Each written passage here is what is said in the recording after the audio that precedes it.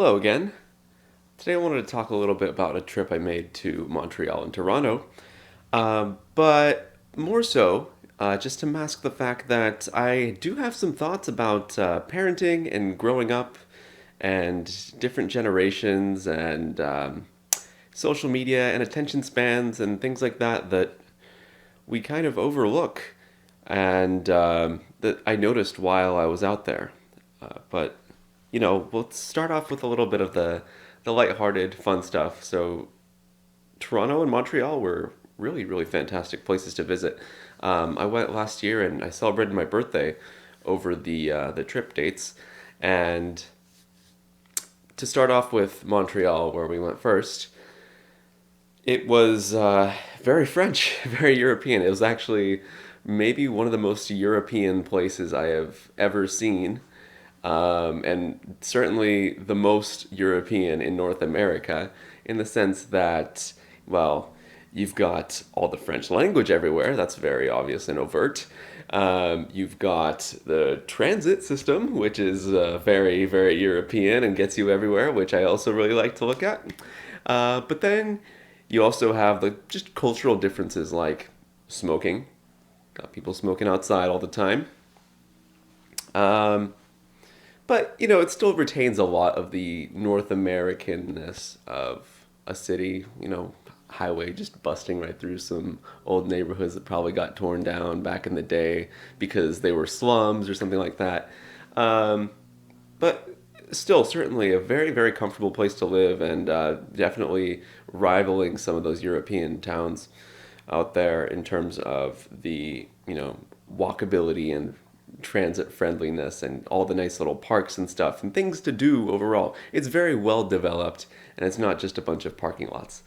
Then moving on to Toronto, it's pretty much just a Canadian version of New York, and apparently it's actually used as such in a lot of different films and whatnot. So it looked a decent bit like a cross between Chicago and New York to me.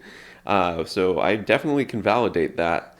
And it was actually pretty damn American, just looking around and walking through, in the sense that the one day that we actually visited and stayed in downtown Toronto, there was a Blue Jays game on, and so there were a bunch of people selling hot dogs and walking around in all the merch and hats and whatnot. And they've got all the tall skyscrapers and everything you would expect out of New York. So, very, very bustling, vibrant, exciting city. And in the same sense that New York kind of has this hectic vibe where there's just a lot of everything. A lot of people walking, a lot of people just driving, making noise, a lot going on in between every single little building and alleyway and whatnot. Hell, even like the housing is like super congested out there. It's just like New York in that sense. Now, we only spent one day in Toronto proper, and that's because we were just going to link up with some family friends up in the neighborhoods, the surrounding area. And, we just enjoyed some nature and whatnot. And we went to Niagara Falls as a day trip, and that was gorgeous. It was a fantastic sunny day. And, it just so happened to be my birthday as well. So I actually had one of the greatest cheat meals of my life and had a pound of brisket. I had pancakes one morning, had waffles the next. It was it was a feast, and I had a great time. But the reason I mention it is because staying with these family friends is what gave me these thoughts about, you know, parenting and growing up and things like that. And the father's a chef. He is a co-owner of a restaurant, and goddamn, is it one of the greatest Cajun and soul food slash comfort food restaurants ever. They make mac and cheese and, again, brisket and all kinds of sandwiches and anything unhealthy and like really nice and greasy that you'd love to stuff down your throat. Um, but besides that being a fantastic meal and having an awesome dinner that day, just brought straight to us from the restaurant, prepared in house. I think back to it all the time. Um, there were other issues in creating the waffles the next morning, okay? Um, so the mother's an English teacher, and the father's usually out at the restaurant cooking, taking orders, doing the catering business. That leaves a lot of demand in terms of making sure that they raise their 5-year-old properly and making sure that he has enough attention. So the complication with the waffle making comes at the fact that, well, the kid was not getting enough attention that morning. And I was sort of the babysitter for a little bit. I was also in charge of all the waffle making, so, pouring all the batter in and then taking out the waffles when they were ready, pouring some syrup, serving them over to people, and I got the old parents situated, and then they went to do a little video call. So we were just unsupervised with this 5-year-old youngster who's frankly a pretty good cook thanks to his father. He's also ready to make all his waffle mixes, which he's got some little banana chunks in and all that. So he's doing a great job there. And so, with all the waffle making done, me and my 5-year-old nephew sit down and eat. He's got his platter of 4-quadrant, gorgeous banana waffles out on his plate. And, first thing he does is squirt a little ketchup on the side of one of them. And, it's a little unorthodox, but I've never tried it before, and it might just be the greatest thing in the world. So, I won't judge. So he's got a little ketchup, he takes a big old bite, and looks like he's enjoying his meal until he decides, hey, it looks like mom is gone. And sure enough, she is. She's downstairs with my mom, video conferencing. I'm gonna go watch a little YouTube. And so he gets up, he takes his plate, walks into the kitchen, opens up the trash bin, and dumps out all of his waffles. Like, he's taken one bite. Just one bite. And the rest of the 3 quadrants, and probably 3/4 of the other quadrant, are just there in the trash.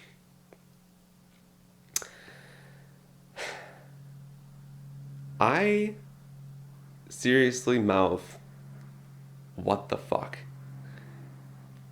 And I go to dig out those pancakes because as much as it's just pancake mix and bananas, we put in the work to make that. And as far as I know, the way I was raised, we ain't wasting food around here, okay? So someone's either gonna enjoy those pancakes, and you're goddamn right that I did. Because they were goddamn good pancakes. Or someone was going to get a talking to. And unfortunately, I'm not the parent of this kid, so I'm not going to make it my responsibility to fully parent him. But he's gotten up, he's thrown away his pancakes, and he's watching YouTube on the TV. And what he's watching is also attention span lowering. It's very distracting. And it's fine to watch things that aren't like educational and things like that. Of course, everyone watched Saturday morning cartoons or some form of media, I'm sure, as kids. So, no problem there. But with YouTube Kids and just YouTube in general, the entire idea of the algorithm is to take up as much of your attention as possible and distract you as much as you can, throwing in advertising in front of something very catchy and, a fun thumbnail and, oh, suddenly there's this other video that you should be watching, right? Kids creators, they can put out a lot, they can pump out a ton of thought-provoking, more like distracting content that kids are just going to keep clicking on and clicking on and clicking on. And every single video that they put out is just going to get watched. It's going to get seen all the way through. The advertisements won't get skipped. And so the algorithm is really, really good at pushing it.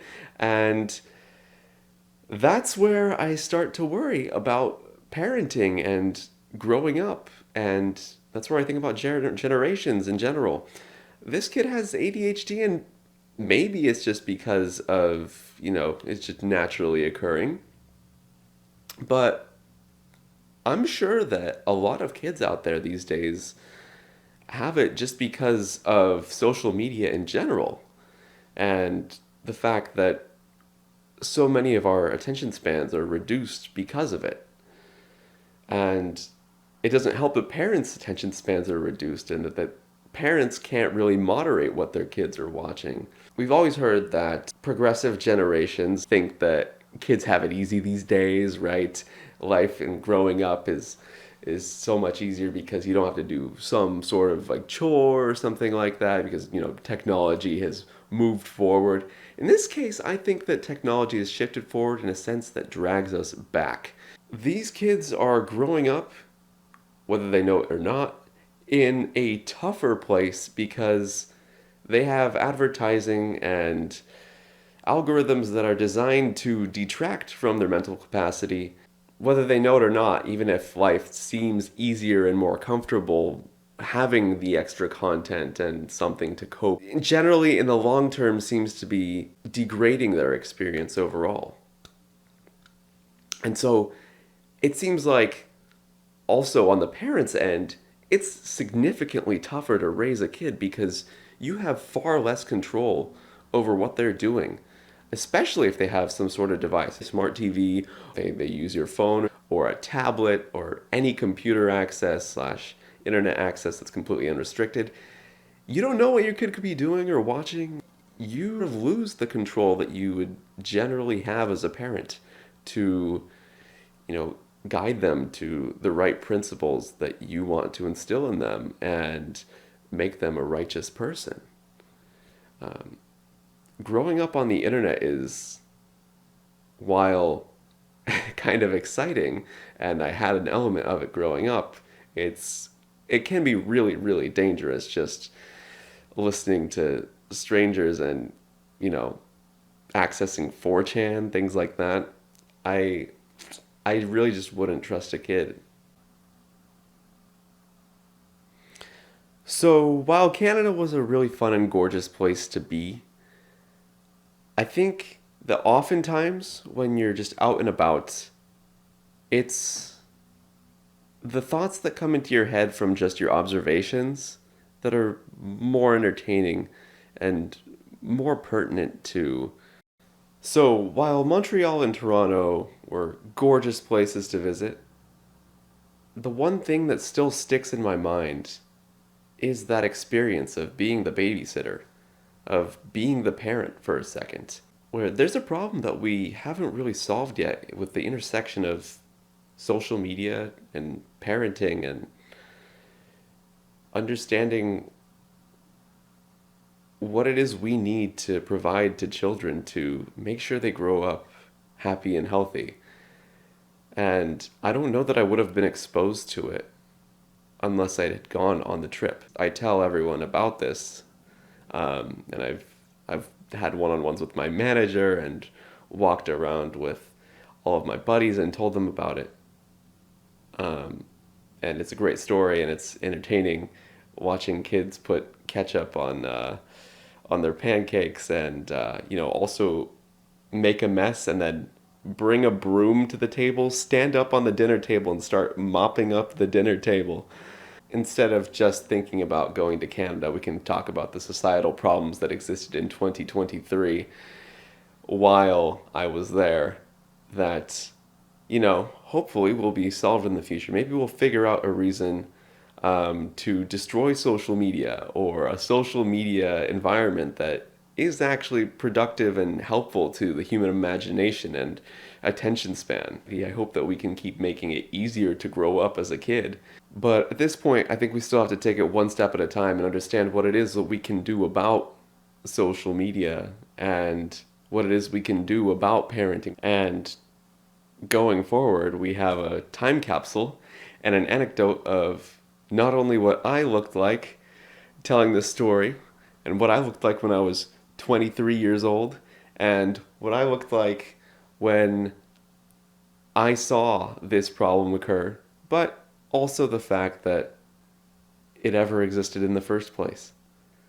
And I think the memories are worth saving.